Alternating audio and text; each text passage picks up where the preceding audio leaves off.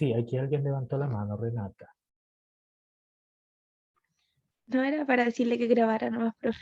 Ok, para la próxima, interrúmpame. Si se me corta el audio, tienen que avisarme, ojalá por voz. Sí, hay un problema con el internet en este lugar, así que...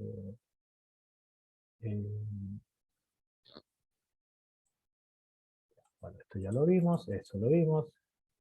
Ah, esta está interesante. Esta diapositiva está mejor que las que vimos en la clase anterior. Aquí están algunas de las moléculas que están involucradas en la mantención de esta diferencia de concentraciones. Tenemos la sodio-potasio ATPasa, ahora con nombre y apellido. En la otra diapositiva no tenían nombre y apellido. Y esta lo que hace es que bombea iones sodio contra su gradiente de concentración. Hay mucho sodio afuera y aún así lo bombea contra su gradiente de concentración y toma 3 iones sodio y toma 2 iones potasio y los bombea contra su gradiente de concentración hacia adentro. ¿Cuál es el flujo neto? El flujo neto es +1, porque hay 3 cargas que se mueven para un lado, 2 para otro lado. El flujo neto es +1 y eso se llama que es electrogénica. Gasta ATP, ¿ya? Y eso se llama transporte activo primario. Otro tipo de transporte activo primario, la bomba de calcio, este es un intercambiador calcio-protones más bien, toma 2 iones calcio, tira hacia afuera y toma 2 iones protones y hacia adentro con gasto de ATP.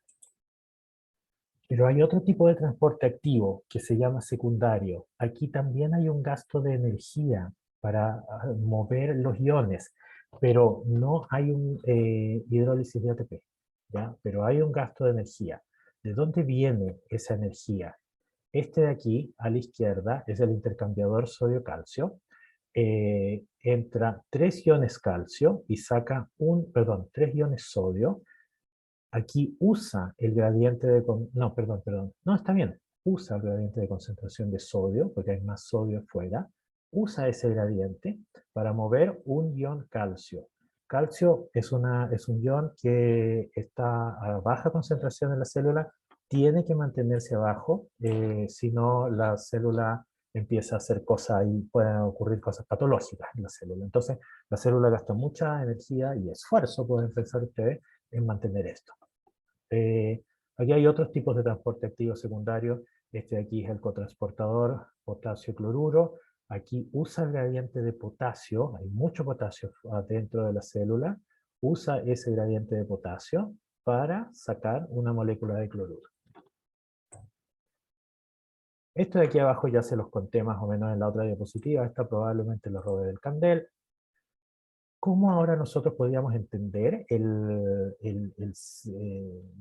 esto del potencial de reposo cuando tenemos varios iones? Miren, aquí por ejemplo tenemos varios iones.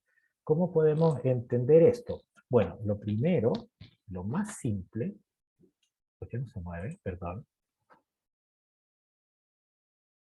Lo más simple es pensar en los potenciales de equilibrio.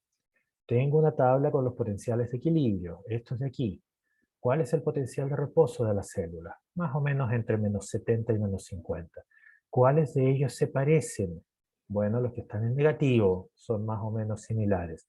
Entonces probablemente ellos están involucrados en mantener el potencial de reposo. Les mostré que era potasio, no era cloruro. Y depende mucho del tipo celular, pero en general no es cloruro. Pero puedo encontrar una ecuación o alguna manera de explicar esto. La gracia de las ecuaciones no es molestarlos a ustedes en hacer las cosas complicadas, sino es generar un mecanismo explicativo que nos permita entender el fenómeno. Entonces, el hecho de tener una ecuación nos permite entender y predecir el fenómeno. Entonces, esta es la ecuación de campo constante, y yo les hablé de esto, y aquí está RT sobre F, que vale 58, logaritmo numeral, de la multiplicación de la permeabilidad por la concentración del ion, la permeabilidad del otro ion por la concentración, ambos afuera, más la permeabilidad de cloruro por la concentración adentro. Les expliqué por qué era eso. Perfecto, les mostré un cálculo en el que podíamos predecir el potencial de reposo y predecir el pico del potencial de acción solamente cambiando las permeabilidades. Entonces, ¿Qué significa esto de las permeabilidades? Significa apertura y cierre de canales. Entonces, ¿cómo podríamos explicar al menos cualitativamente un fenómeno como el potencial de acción en el potencial de reposo? Estamos muy cercanos al potencial de equilibrio de potasio porque la permeabilidad de potasio es mucho mayor que la permeabilidad de sodio. Si la permeabilidad de sodio es cero, esto se va, este se va. Si la permeabilidad de cloruro es cero, hagámoslo cero para que la vida sea más fácil, nos quedamos solo con esta parte. A ver, señor lápiz, ven para acá. Si la permeabilidad de sodio es cero, si la permeabilidad de cloruro es cero, todo eso se va y nos quedamos con esto. Las permeabilidades son iguales y nos quedamos con la ecuación de Nernst. Fácil y bonito. Entonces, si tenemos solo permeabilidad de sodio, vamos a estar en el potencial de equilibrio o potencial de Nernst, del ion potasio. En la vida real no es así, pero estamos cerca. Ok. Cuando se abren los canales de sodio, voltaje dependiente, durante el potencial de acción, ahora el potencial de membrana sube hacia el potencial de equilibrio de sodio. Tampoco es verdad que llegue hacia el potencial de equilibrio de sodio, pero se acerca bastante. ¿Ya? Esto es solo para explicarlo cualitativamente. Y en este punto la permeabilidad de sodio es muchísimo más grande que la permeabilidad de potasio. Luego se inactivan los canales de sodio y vamos a hablar sobre eso. Y ahora baja la permeabilidad de sodio y volvemos a la condición inicial en la cual la permeabilidad de potasio era muchísimo más grande que la permeabilidad de sodio. Pusimos números la clase pasada y vimos que esto calzaba. ¿Cómo sabemos que es el potencial, que es el ion potasio, el que tiene que ver con el potencial de membrana? Bueno, hicimos este experimento que se los conté la semana pasada y podemos ver aquí abajo que si cambiamos la concentración de potasio, cambia el potencial de reposo. Entonces, potasio es fundamental para el control del potencial de reposo. Ustedes me van a decir, pero no es el único. Y se desvía de esta línea recta, que es lo predicho por la ecuación de Nernst. Efectivamente, y eso es porque no es el único, es el que más influye, pero no es el único. También hay algo de conductancia de sodio en este caso. Ya, todo eso vimos la semana pasada. Pero resulta que las células tienen las neuronas, por ejemplo, y todas las células excitables eléctricamente, tienen este fenómeno que se llama potencial de acción. Entonces, para explicarlo, vamos a tener que hablar de canales iónicos. Ya les he hablado que los canales iónicos son esta proteína que dejan pasar los iones siguiendo su gradiente electroquímico. Y esto es muy importante porque no es el gradiente eléctrico, perdón, químico, como uno podría pensar. No son sinónimos, ¿ya? En este caso es gradiente electroquímico. ¿Por qué? Porque están cargados. Los iones por definición tienen una carga. Si están perdidos en los términos químicos, van a tener que repasar química. Ya, entonces pasan pasivamente siguiendo su gradiente electroquímico. No eléctrico, ni químico, electroquímico. Para el caso del potencial de acción tenemos que pensar en dos tipos de canales. Aquí a la izquierda, canales de sodio, voltaje dependientes. Miremos qué nos dice este dibujito. Aquí de nuevo, probablemente yo les he dicho, una de las formas de explicar estas cosas complicadas es contar el final al comienzo. Entonces el final de la historia del potencial de acción es que hay dos tipos de canales iónicos dependientes de voltaje. Eso significa que se abren al cambiar el potencial de membrana. Y tienen propiedades diferentes. Ya, entonces, ¿cuáles son estas propiedades diferentes? A menos 70, cuando estamos en el potencial de reposo, este canal, toda esta cosa es el canal.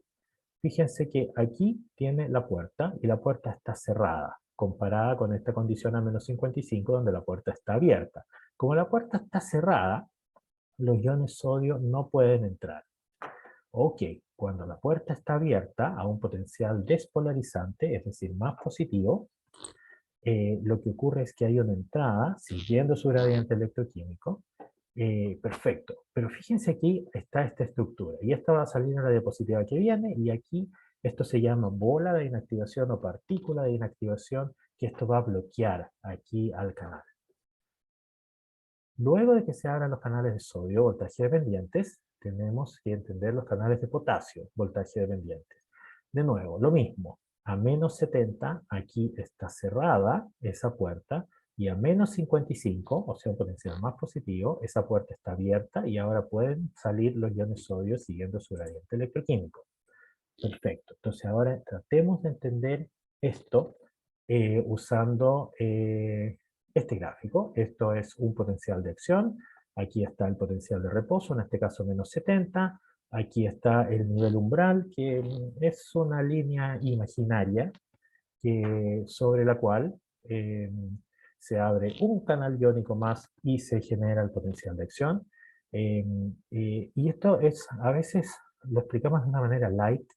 El potencial de membrana en una célula no está todo el rato constante. De hecho, no es constante, se va oscilando, va moviéndose. ¿Por qué se mueve? Porque hay descarga de neurotransmisores excitatorios e inhibitorios. En una neurona, por ejemplo, todo el tiempo. Entonces, hay oscilaciones. Esto, en uno, lo que trata de mostrar es que hay una oscilación en el potencial de membrana. Cuando el potencial de membrana cruza ese valor que se llama umbral, se genera el potencial de acción. Todo esto se llama despolarización, porque está más polarizado, cambia el potencial de membrana, llega al máximo, luego está la fase de repolarización. Aquí, en este caso, en este potencial de membrana, llega a un valle que es menor que el reposo, y esto se llama post-hiperpolarización, y finalmente en el número 4 ya vuelve al reposo. ¿Cómo entendemos esto en términos de canales iónicos? Recuerden, este es el final de la historia. Ahora, después de esto, yo les voy a tener que contar la historia. ¿Cómo entendemos esto? Entendemos esto este es el número 1, donde estamos en el reposo, los canales de sodio y los canales de potasio están cerrados. En el número 2 está la despolarización, los canales de sodio se abren, fíjense que aquí hay un signo más, significa que ahora el potencial de membrana está más positivo que como estaba antes, que tenía puros signos menos.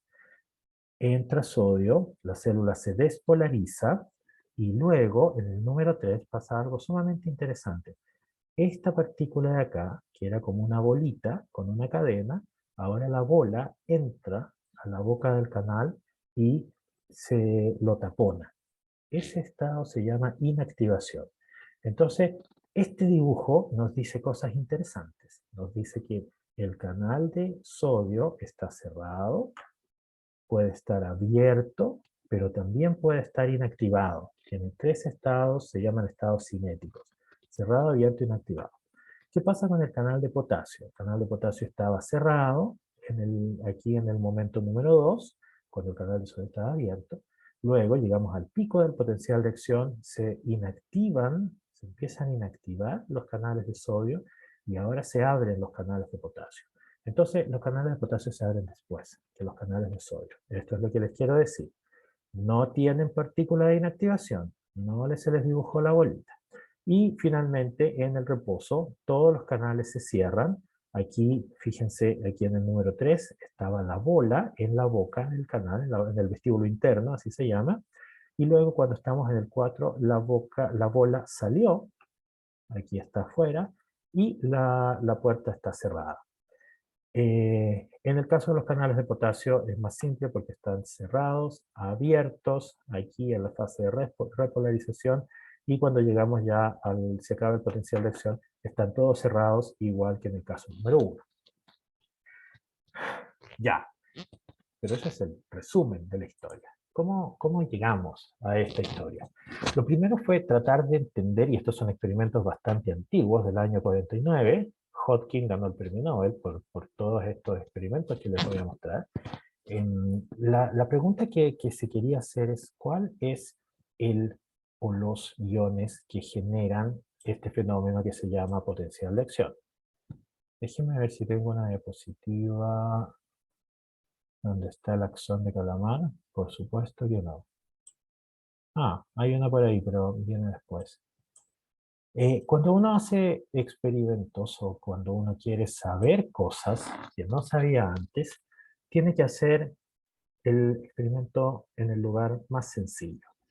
El lugar más sencillo es una célula que fuera lo suficientemente grande, que se pudiera estudiar en el laboratorio y uno le pudiera poner electrodos. Y eso fue el axón gigante del calamar.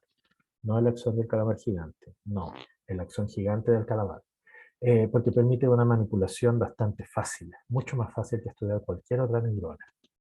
Entonces, en ese año, en los 40, a fines de los 40, no estaba muy claro cómo se generaba el potencial de acción. Había varias hipótesis de que la membrana se rompía, los lípidos se peroxidaban y ocurrían unos fenómenos mágicos con los lípidos, y no estaba muy claro tampoco cuáles eran los iones que cruzaban la membrana. Este experimento nos ilumina diciéndonos cuál es el ion que está involucrado en la generación del potencial de acción.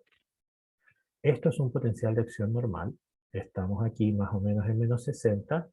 Está el potencial de acción, luego se repolariza y se va, perfecto. Y lo que se hizo es bajar la concentración de sodio, el ion sodio extracelular. ¿Por qué extracelular? Es bastante más fácil cambiar la solución de afuera. Imagínense, ustedes tienen una placa Petri y ahí adentro tienen el axón de calamar. Es bastante fácil con unas mangueritas cambiar la solución extracelular. Ok, entonces se cambia la solución extracelular. En este experimento fue como 1/3 de la concentración de sodio. Hay bastante sodio afuera, recuerden. Y fíjense lo que pasó. El pico del potencial de acción ya no está cerca a más 40, está cerca a 0. Está más o menos en menos 10, de hecho. La pendiente de este gráfico es menor. Bueno, recuperemos, volvamos a la condición inicial. Todo esto es el mismo experimento y aquí se recupera la forma del potencial de acción, tanto el máximo, el pico, como la pendiente. Entonces, ¿cuál es la interpretación de este experimento? La interpretación es que el ion sodio está relacionado con la despolarización del potencial de acción. Perfecto. ¿Qué pasa si yo repito este experimento a varias concentraciones de sodio? Esto es lo que está en D. Si ustedes se fijan, son los puntos rojitos. Si partimos desde aquí, una concentración muy alta de ion sodio, y vamos bajando la concentración, así es como se hizo este experimento, vamos bajando la concentración, esto sigue más o menos esa línea recta. Y lo que importa, más que la línea recta, es que hay una tendencia. El pico del potencial de acción depende de la concentración de iones sodio, incluso a concentraciones relativamente bajas, 100 versus 500, que fue la concentración más alta. Entonces, el sodio está involucrado en la generación del potencial de acción. ¿Qué pasa si nosotros ahora en esos mismos experimentos medimos el potencial de reposo? No el potencial de acción, el potencial de reposo. Cambia con la concentración de sodio. Fíjense, aquí sube la concentración de sodio, suben. ¿Hay un cambio? La respuesta es sí, hay un cambio, pero es muy pequeño. Sodio tiene cierta influencia en el potencial de reposo, pero es bastante pequeña. El potencial de membrana no cambia mucho. Sin embargo, el gran efecto es sobre el pico del potencial de acción. Entonces, este es el primer experimento que nos da luces sobre el fenómeno de generación del potencial de acción. ¿Son todos los potenciales de acción iguales? La respuesta es, son muy parecidos, con una o dos excepciones. En general, todos tienen esta fase, esta subida y esta bajada, así se define el potencial de acción. La gran diferencia es la duración. Este es un potencial de acción de calamar. Estos de aquí ya olvidé lo que son, pero aquí abajo dicen, es una motoneurona, una neurona de la corteza visual. Todos tienen más o menos la misma forma, con excepción de este. Este es un potencial de acción del corazón. ¿Dónde está? D. No, está mal, esto no es una de la liga inferior.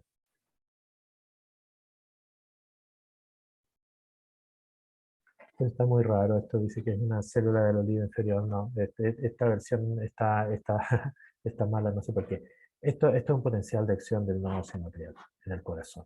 Entonces los potenciales de acción cardíacos son bastante más diferentes. Y eso lo van a ver en fisiología.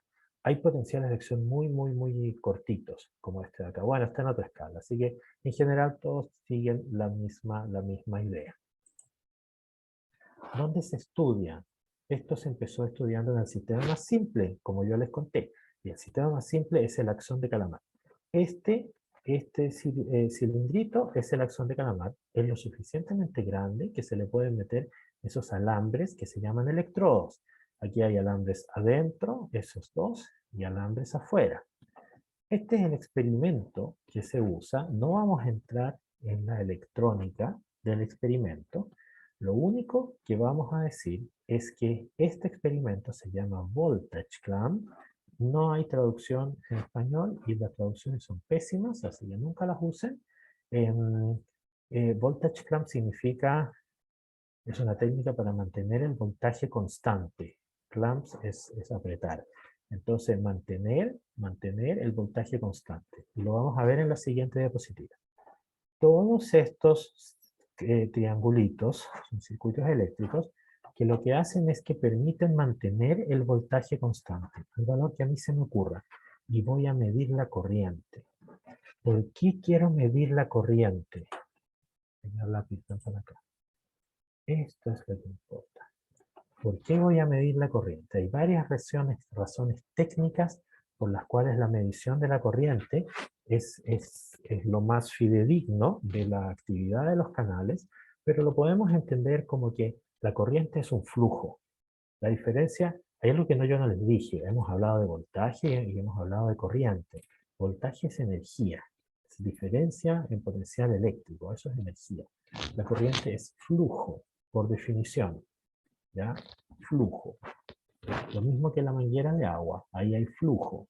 Aumentan, abren la llave, sale más flujo, cierran la llave, sale menos flujo. Eso es flujo, la corriente es flujo, por definición. Entonces, medir el flujo de iones es medir la actividad de los canales iónicos. Y por eso se eligió medir la corriente. Vamos a hacer un experimento para entender cómo es esto del voltage clamp. Partimos a menos 65. Ojo, que aquí estos experimentos son muy diferentes que estos experimentos. ¿Ya? Y yo sugiero fuertemente que lean el libro para reforzar la idea de todo lo que les estoy diciendo aquí y que estos experimentos son diferentes. Porque luego hay confusión de corriente y voltaje, y eso está mal. Entonces aquí lo que se está midiendo es el voltaje en milivolts. Ese es el experimento, medir voltaje. Ups. Apreté el botón que no tenía que apretar. Aquí vamos a mantener el voltaje constante. Eso significa esto. Vamos a mantener el voltaje constante, menos 65, y vamos a ir a menos 130, o sea, 65 más abajo. Y el experimento es este. Y en el experimento, el señor lápiz nos muestra que lo que se está midiendo es corriente. Corriente. Entonces, vamos menos 65 milivolts para abajo y medimos esta cosa FOMI. Esto se llama corriente capacitiva, es la carga del condensador, es una propiedad pasiva, FOMI. Vamos menos 65, ahora en el B, hacia arriba. 65 milivolts hacia arriba y vamos a llegar a 0 y ahí ocurren cosas interesantes.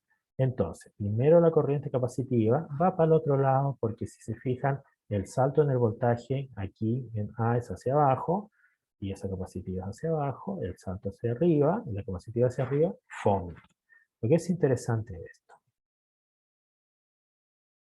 Entonces hay una corriente y es negativa y por definición esa corriente negativa se llama corriente de entrada. Eso significa que hay entrada de cargas positivas. Luego de esta corriente, y esa corriente es transitoria, eso significa dura poco, luego de esa corriente transitoria hay otra corriente. A ver, señor lápiz, ayúdame a cambiar el color. Luego hay otra. Hay otro componente que estoy tratando de mostrar con mis grandes habilidades. Y este es un componente que ahora la corriente es positiva. Fíjense, está sobre el cero, es positiva. Eso es salida, salida de cargas positivas. Entonces, cuando hicimos este experimento, vimos dos cosas. Entrada de cargas positivas, salida de cargas positivas. ¿Quiénes son esas cargas positivas?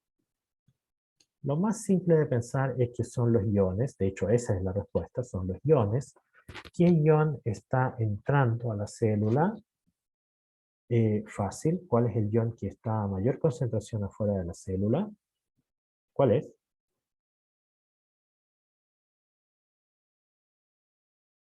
Están todos dormidos. ¿Fuera de la célula? Sí. Sodio. Sodio. Sodio. Entonces lo más probable, y al principio, lo más probable, y luego fue verdad, este componente transitorio es entrada de sodio. Perfecto. Esto es un componente de salida, salida de cargas positivas. Entonces, ¿qué es lo que hay? ¿Cuál es el ion que está más concentrado adentro de la célula? Potasio.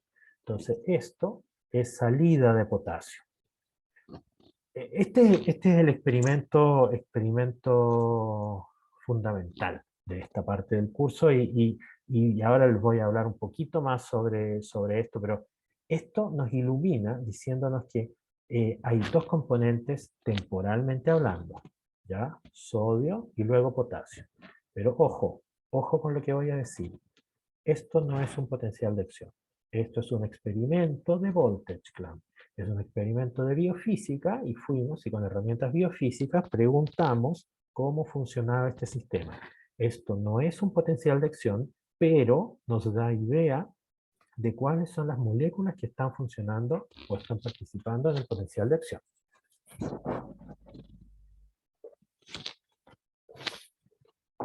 Tome un trago de agua, perdón. Ahora vamos a hacer las cosas más complicadas. Y este es un experimento en el cual así haríamos el experimento si fuéramos al laboratorio. No daríamos solo un pulso de voltaje, que es esto rojito que les mostré antes. Daríamos varios. Daríamos desde menos 65 a 26, a 0, a varios voltajes. Y miraríamos qué es lo que ocurre. Entonces, ¿qué es lo que ocurre? Como en el experimento anterior, hay un componente temprano. Fíjense, temprano en el tiempo.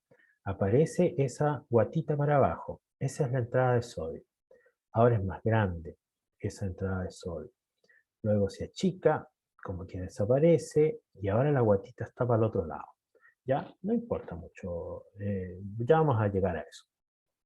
Ok, entonces hay un componente temprano en todos esos experimentos que hicimos. ¿Qué pasa con el otro componente? El componente que le llamamos positivo. Miren, fíjense, aquí está de diferente color, positivo y negativo. Entonces, ¿qué pasa con ese componente tardío? Está presente en todos. Aquí es pequeñito, aquí es más grande, más grande, más grande y más grande. Perfecto. Entonces, tenemos este componente temprano y este componente tardío y los podemos estudiar. Los podemos estudiar de manera diferente. Aquí a la derecha está la cuantificación. Esto representa si hiciéramos un montón de puntos aquí en, en el eje X. Ese fenómeno, bueno, en este curso yo no les he hablado de esto. Esto es una representación que se llama curva IV, porque aquí en el eje X estamos midiendo la corriente y aquí el voltaje. Esto es importante porque el electricista conoce la curva IV. En electrónica es una medición muy común y es algo que nos dice cómo funciona una resistencia. Una resistencia es un elemento que impide el flujo de corriente o de unidades portadoras de carga. Es fundamental para la electrónica.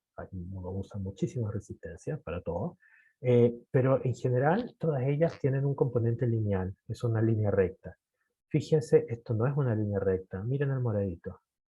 Más o menos recto, y en un momento cambia, ya no es recto.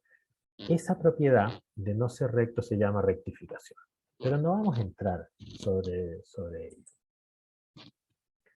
Repitamos el experimento que hicimos, o que yo les mostré hace un rato, ese experimento que nos iluminaba sobre el rol del sodio, el axón del calamar, esto sí es un potencial de acción, Condición control, bajábamos el sodio y el potencial de acción se hacía más pequeño y la pendiente era menor y luego recuperábamos. Perfecto. Si yo ahora en esta nueva modalidad que les acabo de mostrar, repito este experimento, ¿se puede ver? La respuesta corta es que sí se puede ver. No es la mejor figura del libro. Aquí está el componente de entrada y el componente de salida, como se los mostré antes.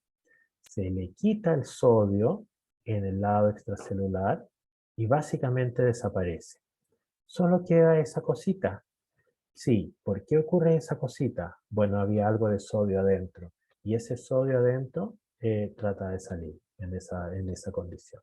Pero es pequeñito y vamos a olvidarlo. ¿Mm? Entonces, yo quito el sodio y básicamente elimino todo este componente de entrada. Entonces, el experimento se puede, también aquí se ve lo mismo que se veía en el caso anterior.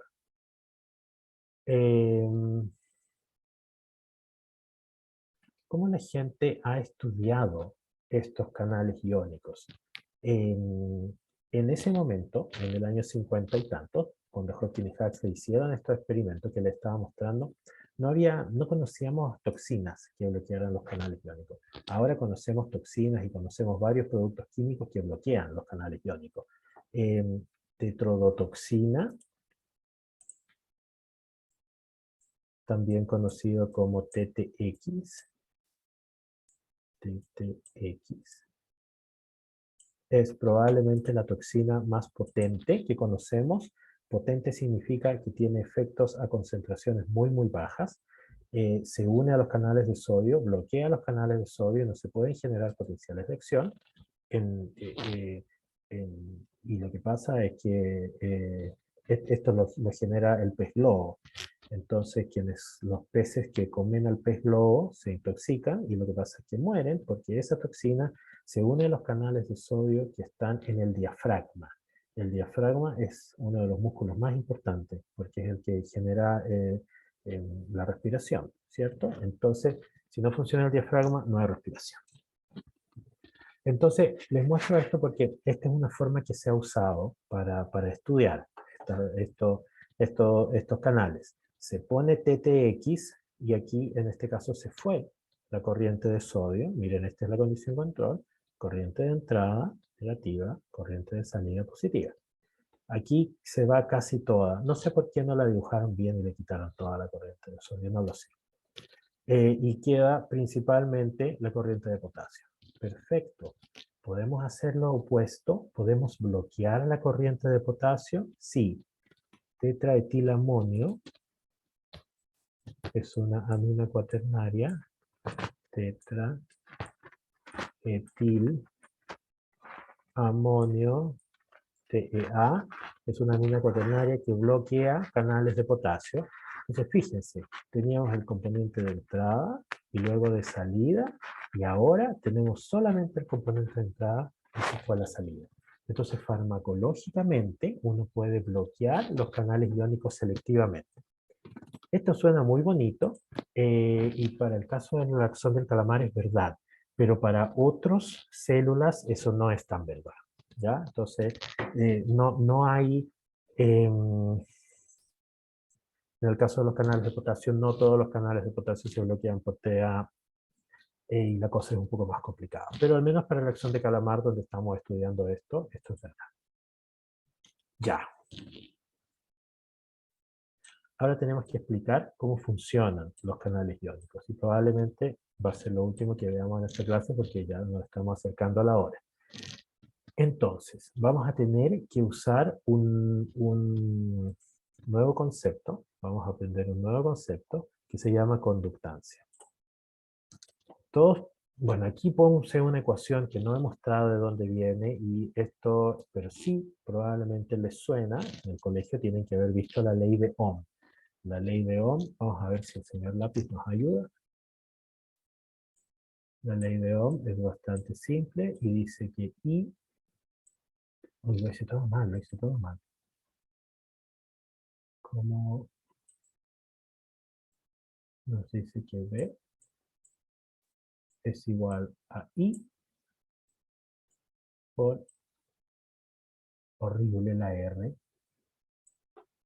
Parece un símbolo egipcio, pero esto es una R. Esto nos dice que en una resistencia es un elemento por el cual pasa carga, pero es difícil que pase carga, comparado con, por ejemplo, el alambre, un circuito eléctrico. Nos dice que el voltaje es igual a la corriente por la resistencia. Ok.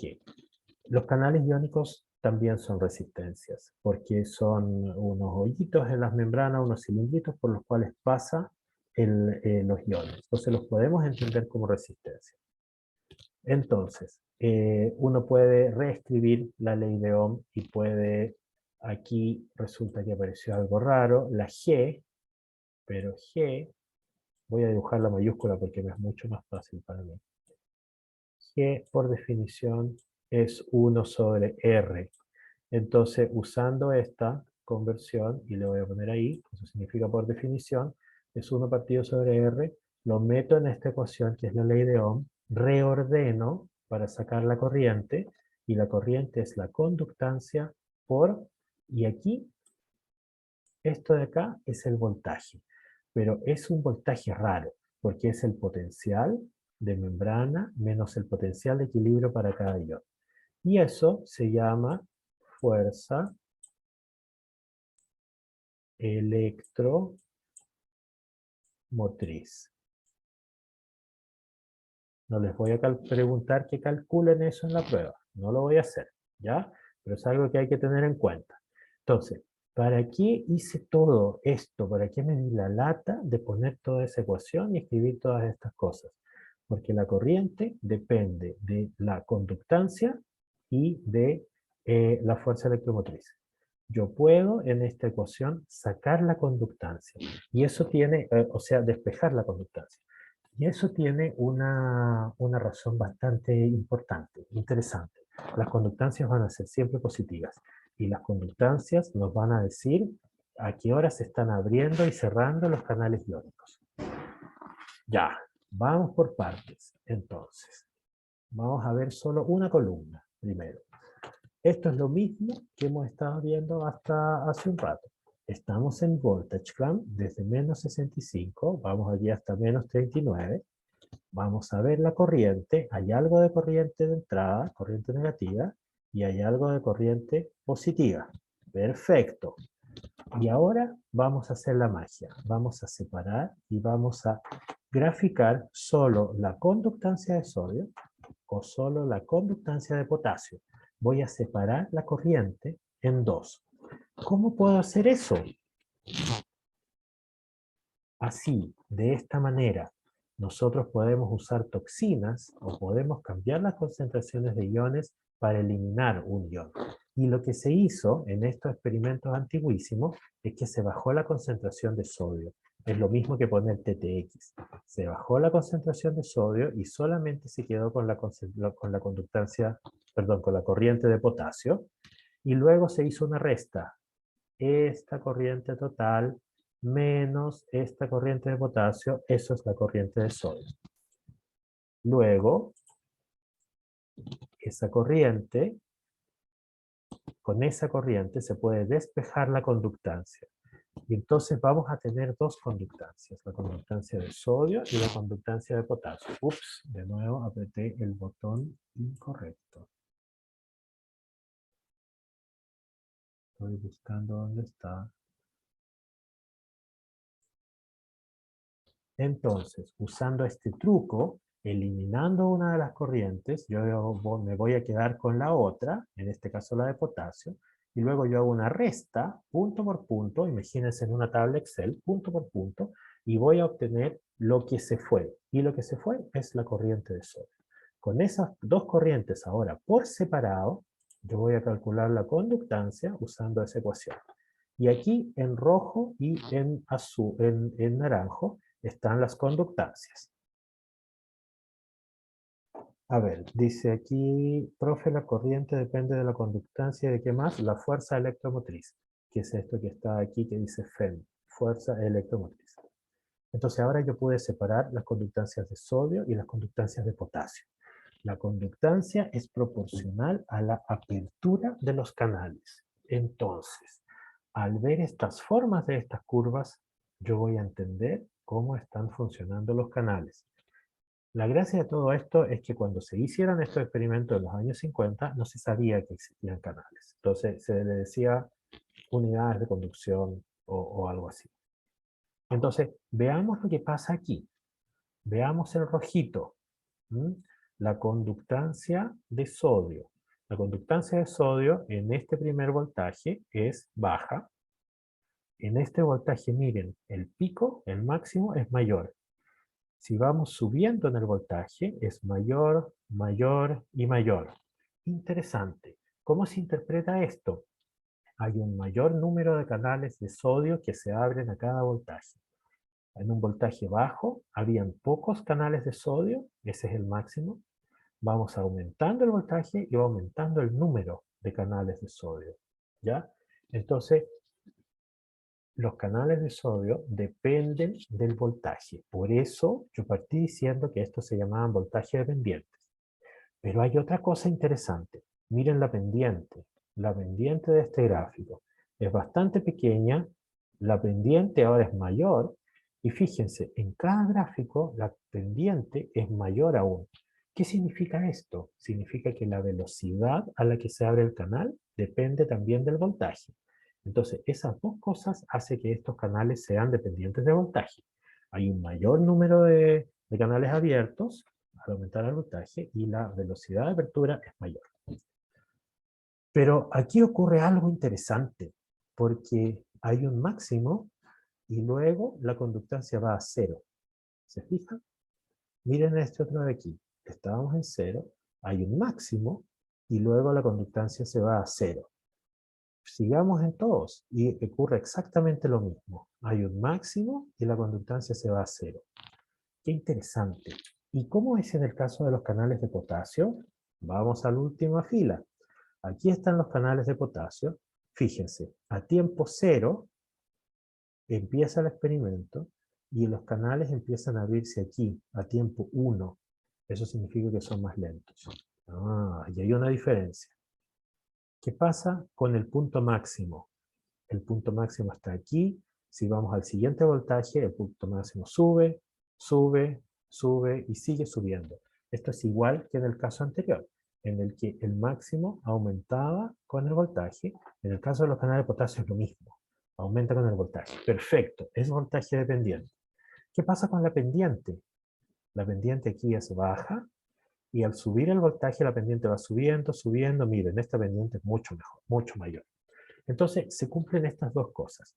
En un canal de voltaje dependiente, la pendiente es más rápida con el voltaje, se abren más rápido los canales, pero también el número de canales que está dado por este nivel final, el número de canales es mayor, a mayores voltajes. Perfecto, esas dos cosas se cumplen en ambos canales. Sin embargo, en el canal de sodio ocurre esto. Hay un máximo y luego la conductancia se va a cero.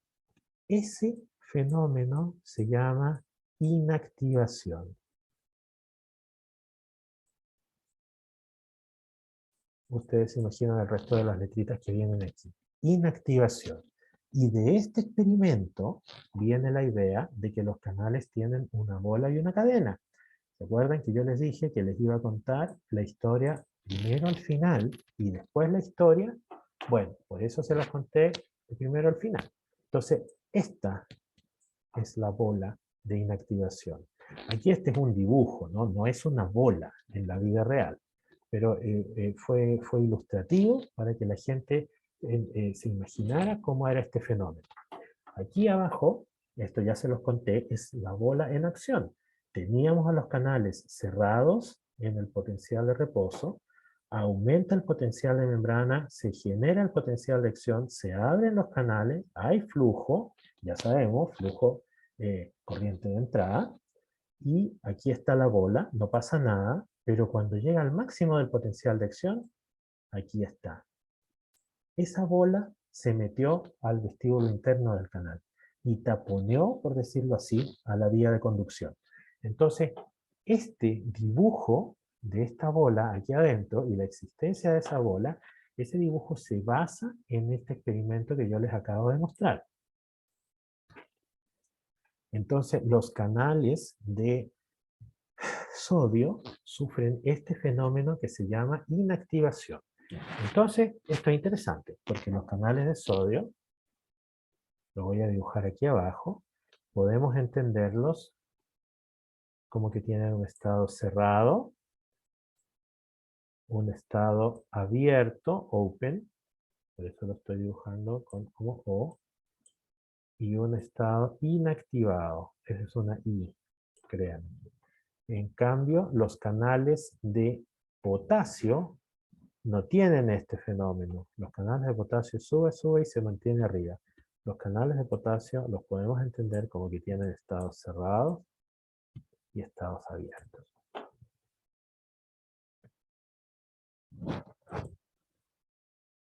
Ya. ¿Podría yo cuantificar de alguna manera esto? Porque ya, muy bonito tu experimento, ya, muy bonito, pero yo quiero compararlos, a ver qué pasa. ¿Mm? Bueno, lo que se hizo en las figuras de ahí abajo es graficar los máximos. En este caso, graficar el pico de la conductancia de sodio. Entonces, fíjense, y aquí está súper interesante, porque fíjense lo que pasa si grafican la conductancia en función del voltaje. ¿Cuánto es la conductancia a un voltaje muy negativo? Básicamente nada, ¿cierto? Muy cercano del cero. Subamos un poquito, sigue muy cercano del cero. No hay canales abiertos. Subimos el potencial de membrana y miren, aumenta, aumenta, aumenta, aumenta, aumenta, aumenta y llega a un máximo. Fascinante. Esto, el que el sistema se sature, es una sugerencia de que hay un número máximo de partículas. ¿Ya? Y eso suena mucho a que estos eran proteínas. Eran proteínas finalmente. Había un número máximo de canales de sodio que se pueden abrir. ¿Ya? No hay infinitos canales de sodio en la célula. Hay un número de canales de sodio en la célula. Lo mismo para los canales de potasio. A voltajes negativos, los canales están cerrados, se abren, se abren, se abren, y luego llega un momento en que ya se abrieron todos los canales, y por más que ustedes sigan, si ustedes siguieran por aquí hacia la derecha, llegarían a los mismos valores. Ya se saturó.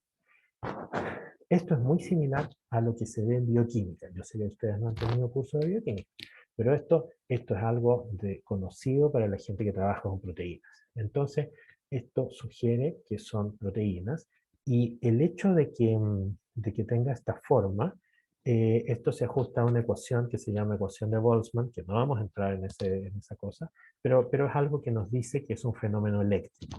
¿Por qué es un fenómeno eléctrico? Porque estamos graficando frente al voltaje.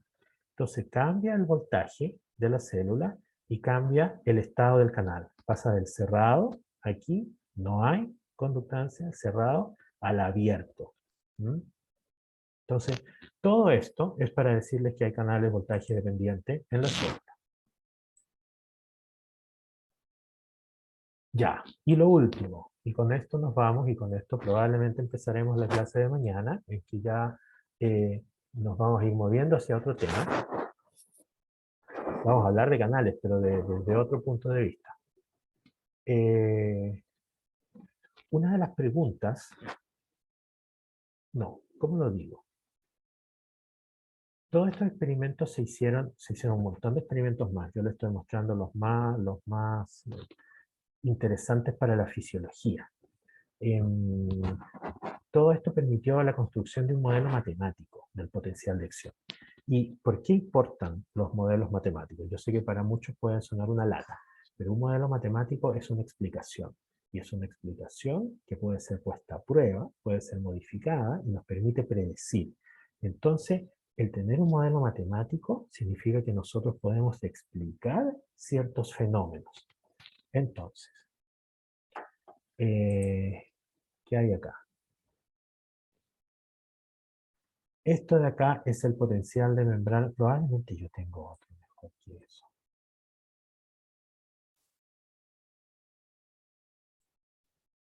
Ese está bastante mejor. Esto en negro es el potencial de membrana, no de la vida real, sino calculado con el modelo matemático. Entonces hace exactamente lo mismo que el potencial de membrana de un experimento. Perfecto. Una de las cosas que permite hacer un modelo matemático es, por ejemplo, graficar cosas que no podríamos graficar en la vida real. Es obtener valores que no podemos obtener. No podíamos saber cómo cambia la conductancia en el tiempo. No había un experimento para hacer esto. Se demoraron 20 años en hacer este experimento. ¿Ya? De hecho, quizás más, porque fue en los 80, en que se hizo un experimento directo. Hubo que crear nueva electrónica, básicamente. Entonces, este es el modelo matemático, la resolución del modelo matemático. Esto es la conductancia de sodio en azulito. Entonces, ¿qué nos dice? Nos dice que la conductancia está muy baja al comienzo del potencial de acción. En un momento sube, o sea, se abre un número muy importante de canales iónicos. Se siguen abriendo estos canales de sodio y miren, llegó aquí al máximo. Se abrió la mitad de los canales de sodio, perdón, se abrió la mayoría de los canales de sodio y ahora baja la conductancia. ¿Por qué baja la conductancia? Porque los canales sufren este proceso de inactivación. Entonces llega al máximo de canales abiertos y luego se empiezan a inactivar hasta que la conductancia llega a cero. Se parece el pico del potencial de acción en el tiempo al pico, perdón, el pico del potencial de acción al pico de la conductancia. Sí, el pico de la conductancia llega un instante antes que el pico del potencial de acción. ¿Qué pasa con la conductancia de potasio? O sea, los canales de potasio. ¿A qué hora se abren los canales de potasio? Fíjense, los canales de potasio se abren un rato después que los canales de sodio. Aquí donde está la flechita, canales de sodio. Aquí la flechita, canales de potasio. Los canales de potasio se abren después. Se abren después. El máximo de los canales de potasio, miren, ese punto máximo, ¿en qué parte está? Está aquí, en la repolarización del potencial de acción. Entonces, si se fijan, la curva azul, la conductancia de sodio, está muy cercana a la subida, tiene que ver con la subida y también con la bajada, aquí, con esa bajada del potencial de acción, y la conductancia de potasio tiene que ver con todo este proceso que se llama repolarización. Fíjense que aquí en este punto, el potencial de acción ya se acabó. Bajó, bueno, todavía, quizás podríamos decir que todavía queda, ¿no? Pero ya bajó y llegó a un punto menor que el potencial de reposo. ¿Por qué? Porque hay tantos canales de potasio abiertos. Miren, durante este tiempo ya el potencial es muy negativo y aún así la conductancia de sodio existe y está mantenida en el tiempo. Entonces, hay tantos canales de potasio abiertos, que ahora el potencial de membrana se acerca al potencial de equilibrio de potasio. No lo toca, pero se acerca. Y luego los canales, como son voltaje dependientes, a ese voltaje se empiezan a cerrar, y el potencial de reposo vuelve, y eventualmente aquí falta un poco de tiempo, falta tiempo para que llegue al reposo. Entonces, en esta figura también podemos ver cosas que ya conocemos. El potencial de equilibrio de potasio está por este valor, el potencial de equilibrio de sodio está por este valor. El potencial de reposo está un tanto cerca al potencial de equilibrio de potasio. Cuando subimos en el potencial de acción, nos acercamos hacia el potencial de equilibrio de sodio. Entonces lo interesante de este modelo matemático, después de todos los experimentos y muchos más, que yo no les voy a mostrar, nos dice que temporalmente la conductancia de sodio ocurre antes y la conductancia de potasio ocurre después. La conductancia de sodio estaría involucrada con la despolarización y la conductancia de potasio con la repolarización. Entonces todo esto gracias al modelo matemático. Aquí a la izquierda está lo mismo del otro, de otro libro. Bueno, todas estas figuras de acá es solo para mostrarles que cuando uno hace un modelo matemático uno lo tiene que probar, porque puede que el modelo no reproduzca nada de lo que ocurre en la vida real. Y esto no voy a entrar en mostrarle esto, está en el libro. Nos muestra que el modelo matemático reproduce bastante bien varios fenómenos fisiológicos que ocurren en el potencial de acción. Ya, preguntas hasta acá. Yo sugiero fuertemente la lectura del Purves. No se queden solo con lo que yo les estoy diciendo acá. ¿Qué capítulo se leía, profe? Tienen que buscar en el índice y el que dice potencial de acción. Yep.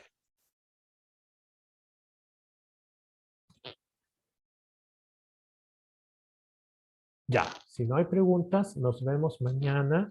Mañana a las 14:20, 2:20 de Chile continental. Les pido puntualidad porque yo a las 3:20 me tengo que ir. ¿Ya? Así que 2:20. No 1:50, 2:20 mañana. Nos vemos, cuídense. Nos vemos, que esté bien, profe. Chau. Chao, que estén bien. Mm. Chao, nos Chao, vemos. profe. Chao, chao.